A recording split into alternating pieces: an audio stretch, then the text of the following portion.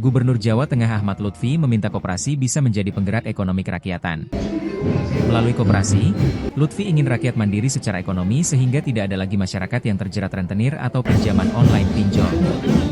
Hal ini disampaikan Gubernur Lutfi saat menghadiri acara pengukuhan dan rapat kerja pimpinan Dewan Koperasi Indonesia Wilayah Jawa Tengah, Dekopinwil Jateng, di Wisma Perdamaian, Kota Semarang, Selasa, 14 April 2026.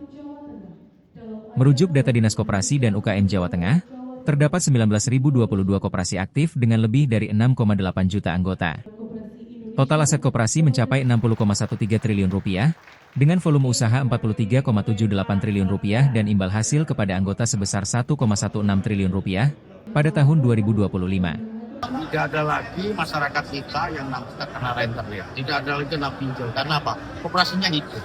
Dan itu yang menjadi sasaran kita ke depan, sehingga ekonomi di tingkat bawah itu akan berkembang dengan besar dengan adanya koperasi antar. Oke, Dekopinwil ini nanti sebagai koperasi itu kan merupakan urat nadi pertumbuhan ekonomi wilayah.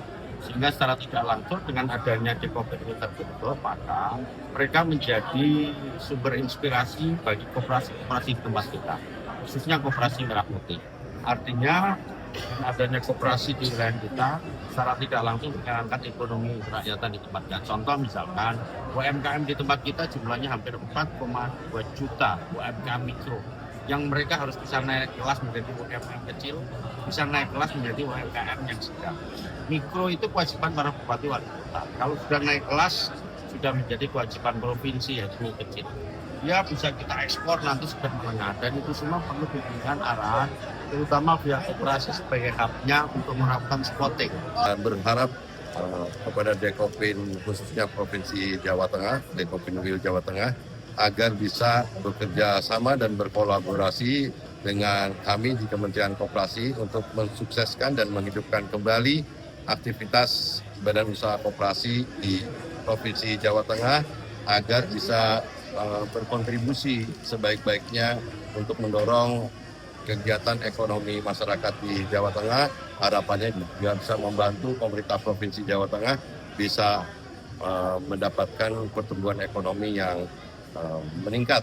Dan kemudian yang kedua tentu berkaitan dengan arahan Bapak Presiden berkaitan dengan program prioritas nasional Koperasi Desa Kelurahan Merah Putih.